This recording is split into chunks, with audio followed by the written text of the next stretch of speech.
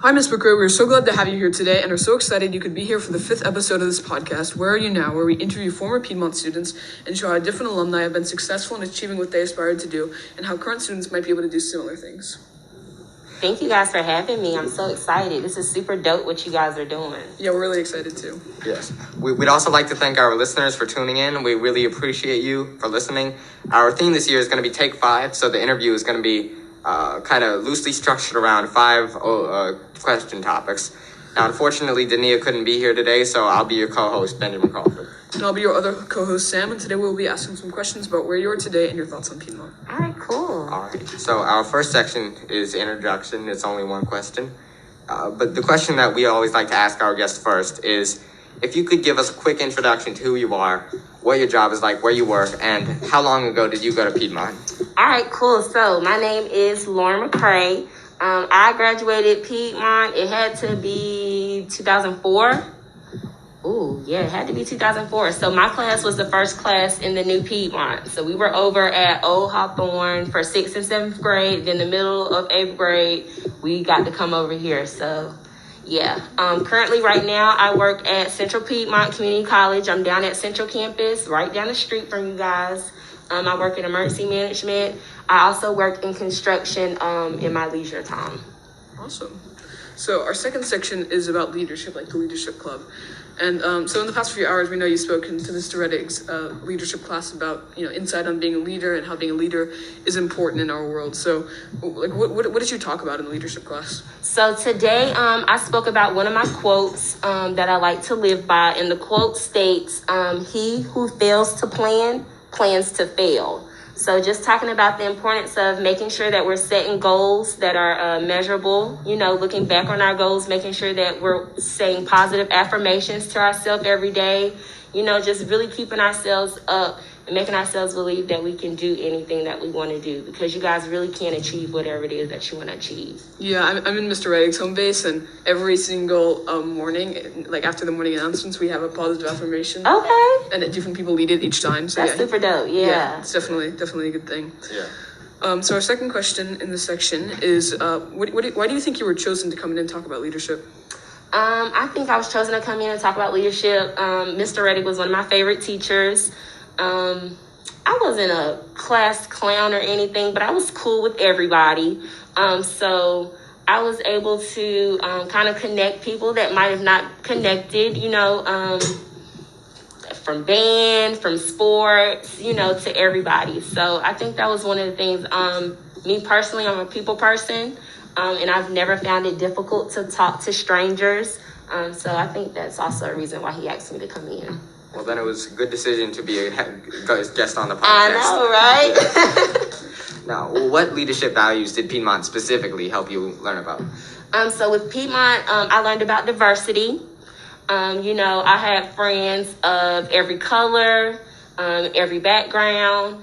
It also taught me great time management, which has also helped me in my professional life. And some other qualities that Piedmont has taught me is to be courageous and to always speak up for what I believe in. Yeah, especially like if you're in the IB ambassadors, they give us this little bracelet with the 10 IB values. So it's similar to that. Yeah, super dope. All right, and then the last question in this section is, what opportunities do you think being a good leader can open up, and like what are the benefits to being a good leader? Yeah, so let's go to the first one.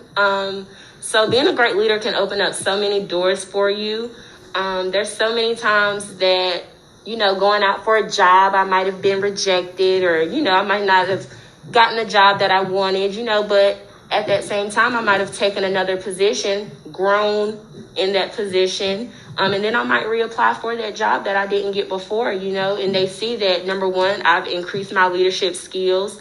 I've increased my problem-solving skills. And I've also improved my people skills. Those are really like the 3 big things that you look for, when you guys get to be 30. So, yeah. And what was the second part of your question? Yeah, so the second part was like, it's kind of similar, but what are the benefits to being a good leader? Okay, so the benefits of being a good leader. I feel like the benefits of being a good leader, you improve your communication, because when you're a leader, you're just not...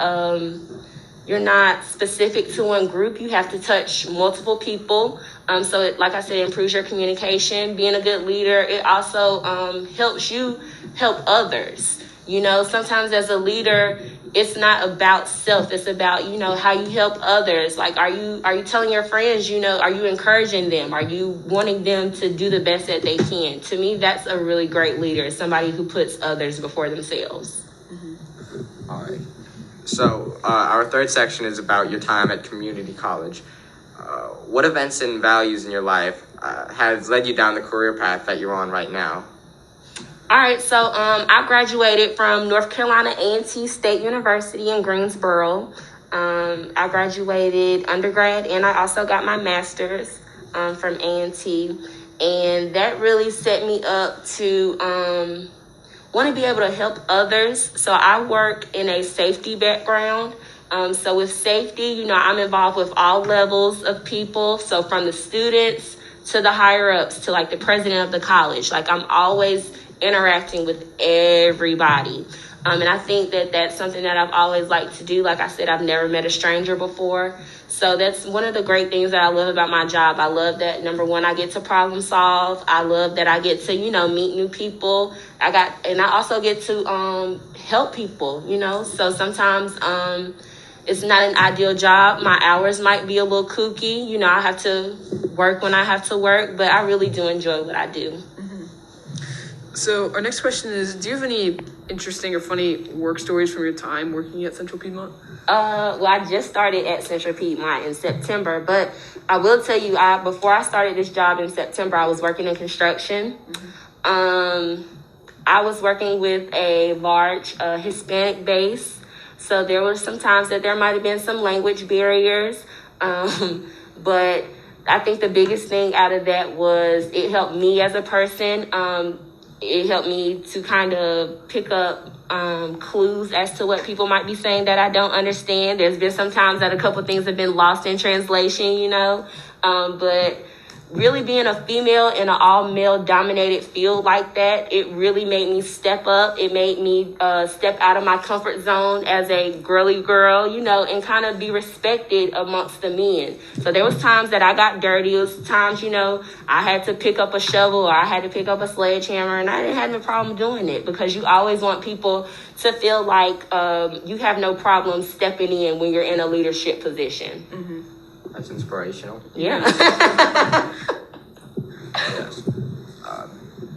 What advice would you give to somebody who's looking to go to community college? I personally did not go to community college, but Central Piedmont has great opportunities for not only our middle college students, so those are students in CMS, they're high school students, maybe like 10th grade or so. They get to come on college campus, take college courses, and they're actually above, well, I don't want to say above, ahead of their classes. So that's a good thing. Also with community college, you get a chance to knock out 2 years of undergrad. So you might be paying, let's say, $12,000 a semester if you choose to go to UNCC. You might be paying maybe $2,000 for those same classes at Central Piedmont. And then you always have those opportunities to transfer to that 4-year college. Or you can take those 2 years and apply it to whatever other career activities that it is that you want to do. So it's a really good thing. And I really stress to, especially you guys right now, start looking into those middle college programs. Knock out as much college credit as you can. So, you know, when you get older, it's just smooth sailing. Yeah, I feel like That's good advice. I feel like a lot of like people want to go to like college, 4-year colleges because they think it's like glamorous, but really most of the time it's almost honestly a better idea to go to community college because you save so much money. It is, and I want to say this too. Don't feel like you have to go to a traditional college. There's nothing wrong with picking up a trade. When I say a trade, I mean, you know, plumbing, electrical, masonry. Those are all things, people are always going to need a plumber. Mm-hmm. And with there being a shortage in those trades, you have that opportunity to set your price. You might say, you know what, I did my 2 years at Central Piedmont with these plumbing classes. I want to charge people $60 an hour. And guess what? They're going to pay it because they need plumbers. So don't feel like you have to go to college. Like, college isn't for everybody. I have so many friends, you know, I started out freshman year with. They didn't make it. They dropped out. You know, it's not for everybody, but just really, you know yourself and your family knows yourself. If you know something might not be a good fit for you, don't waste the money. Because really, four-year college is all about money. Definitely. Mm-hmm. So our last question in this section is specifically if you're working there, what do you think some of the perks are? So some of the perks, I get discounted lunches at some of my favorite restaurants downtown.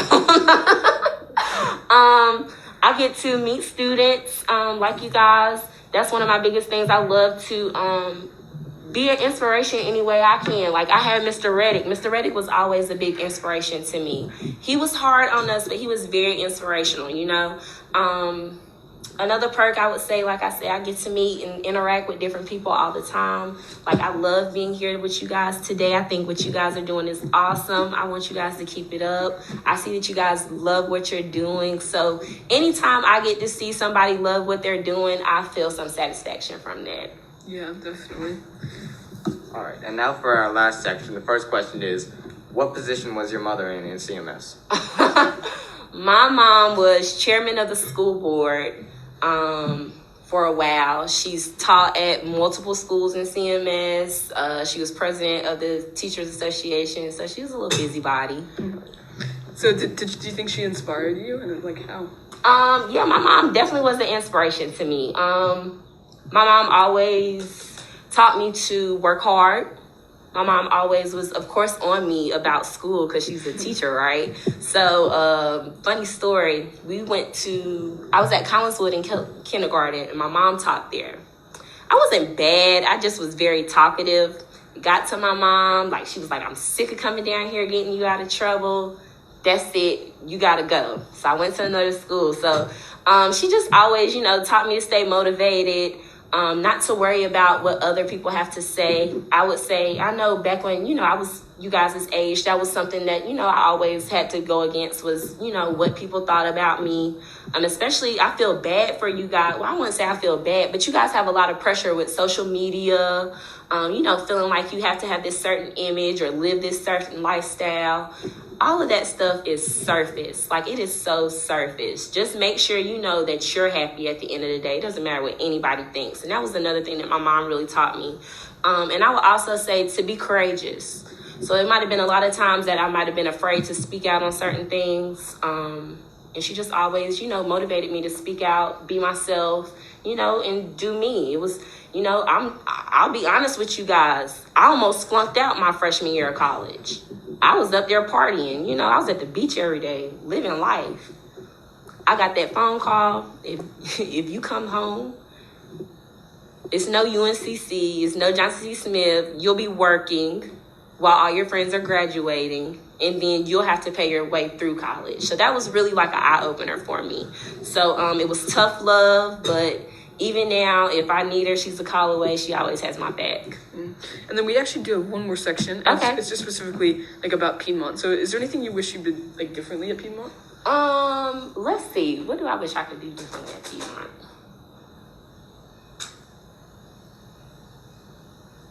It's a good experience all around? Yeah, honestly, y'all, I loved being at Piedmont. Like I said, I'm still cool with almost everybody I went to school with. I was in band. I was on track. I did track and field. I was in a bunch of clubs. I was in Junior Honor Society. I was in IB. So I always had a lot of extracurricular activities going. I was always cool with everybody. Like I said, there's nothing I would change about Piedmont. This was probably my favorite. So many opportunities. Yeah, it's amazing. Yeah. What is it like revisiting the school after you were here? All this time.